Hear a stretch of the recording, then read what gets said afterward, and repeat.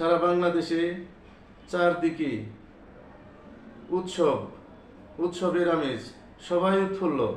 কারণ কি?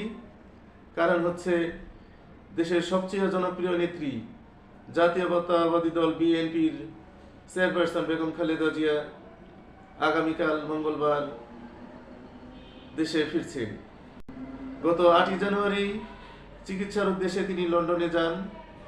দীর্ঘ 4 মাস চিকিৎসা শেষে আগামীকাল দেশে ফিরবেন বলে আশা করা যাচ্ছে।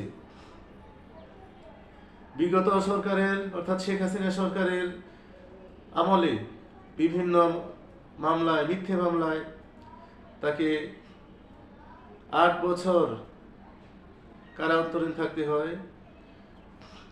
তার কাছে বিগত সরকারের আমলে বারবার চিকিৎসার জন্য আবেদন করেও তিনি বাইরে যাওয়ার সুযোগ পাননি। কিন্তু শেখ হাসিনা সরকারের পতনের পর অন্তর্বর্তী সরকার আইনি প্রক্রিয়ার মাধ্যমে তাকে সব মামলা থেকে অব্যাহতি দিয়ে চিকিৎসার সুযোগ করে দেন এবং দীর্ঘ 4 মাস পর চিকিৎসা শেষে আগামীকাল দেশে ফিরবেন।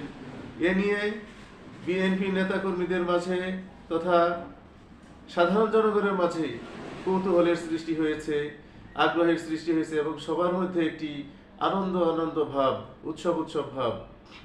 চা স্টল থেকে শুরু করে হাটে মাঠে ঘাটে শহরে সব জায়গায় একটি আলোচনা, আগামীকাল বেগম খালেদা জিয়া দেশে ফিরছেন।